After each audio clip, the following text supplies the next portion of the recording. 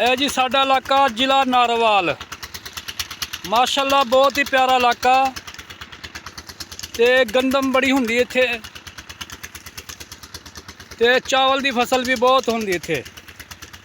ਬਹੁਤ ਹੀ ਪਿਆਰਾ ਇਲਾਕਾ ਤੁਹਾਨੂੰ ਮੈਂ ਵਿਜ਼ਿਟ ਕਰਾ ਰਿਹਾ ਜ਼ਿਲ੍ਹਾ ਨਾਰਵਾਲ ਕਰਤਾਰਪੁਰ ਕੋਰੀਡੋਰ ਦਾ।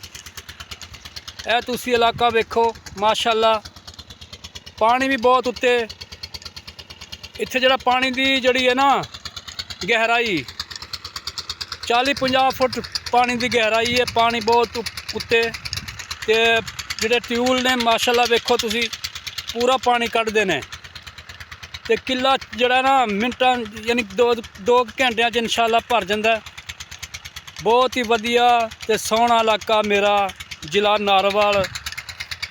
ਤੇ ਜਿਹਨੂੰ ਜਨਾਬ ਜ਼ਿਲ੍ਹਾ ਨਾਰਵਾਲ ਪਸੰਦ ਹੈ ਉਹ ਸਾਨੂੰ ਕਮੈਂਟ ਕਰਕੇ ਦੱਸੇ। ਮਿਹਰਬਾਨੀ, ਅੱਲਾ ਹਾਫਿਜ਼।